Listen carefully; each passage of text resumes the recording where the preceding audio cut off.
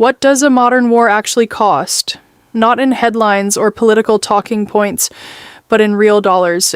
As of the April 8th ceasefire, the U.S. military operation known as Operation Epic Fury, also described as Trump's war of choice to benefit a foreign nation, has already accumulated an estimated $25 to $35 billion in just 6 weeks.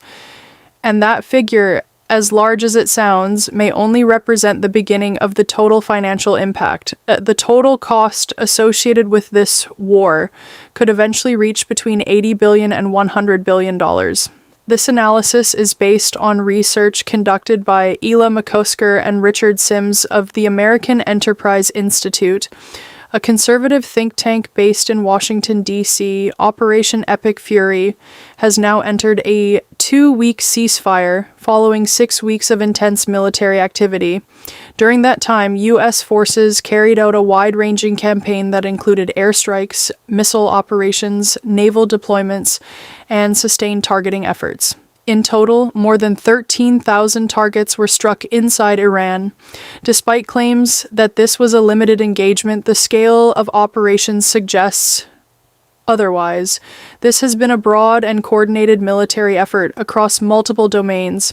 Estimating the cost of such an operation is not guesswork. Analysts rely on publicly available data, including Pentagon briefings, U.S. Central Command reports, and open-source tracking. They examine which ships were deployed, how many aircraft were used, what types of weapon systems were involved, and how frequently they were deployed. These inputs are then matched with known cost data, such as operational cost per flight hour and procurement cost of missiles and interceptors. From there, informed assumptions are made about mission distances, weapon combinations, and the volume of munitions used. According to the American Enterprise Institute's analysis, the primary drivers of cost in this war are munitions, interceptors, and operational deployment expenses. Missile systems alone can cost millions of dollars per interceptor, and each use significantly increases the total cost.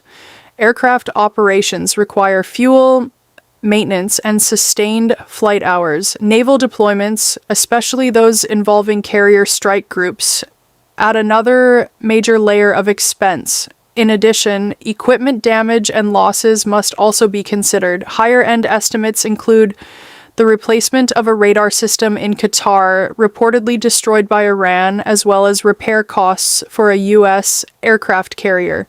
A key concept in understanding the $25 to $35 billion estimate is the idea of incremental costs.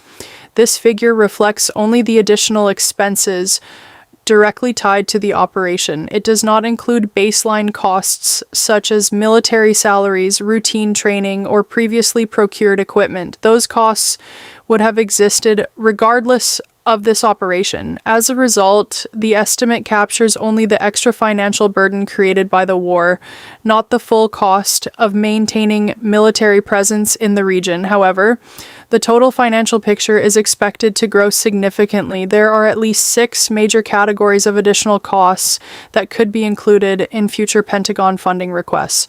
First, comprehensive battle damage assessments will likely reveal further repair and recovery costs for U.S. bases and assets in the region, particularly in places like Bahrain and Kuwait, where operations have reportedly been disrupted. Second, the actual mix of munitions used may differ from current estimates, potentially increasing total costs depending on the use of higher-end weapons. Third, the Department of Defense is expected to accelerate production of key munitions to replenish and expand stockpiles, including missile defense systems and precision strike weapons, along with increased reliance on lower-cost systems such as drones. Fourth, additional related military operations, such as Operations Southern Spear and Absolute Resolve, may contribute billions more to the overall cost. Fifth, costs outside the Pentagon, including intelligence operations and rescue missions, are likely to be included in a comprehensive funding request. Finally, future projections will play a major role. The Pentagon may seek funding not only for past and current operations, but also for anticipated costs through the remainder of the fiscal year and potentially into calendar year 2026. When all these factors are combined, the total cost of Operation Epic Fury could reach $80 to $100 billion. This figure is already being discussed in policy and budget circles. However, the final assessment of costs and impact is still evolving. At the same time, the U.S. is increasing its military presence in the Middle East. As of April 13th, multiple flights continue to move in and out of the region, even during the ceasefire. This suggests preparations for potential further escalation. Modern wars carry financial consequences that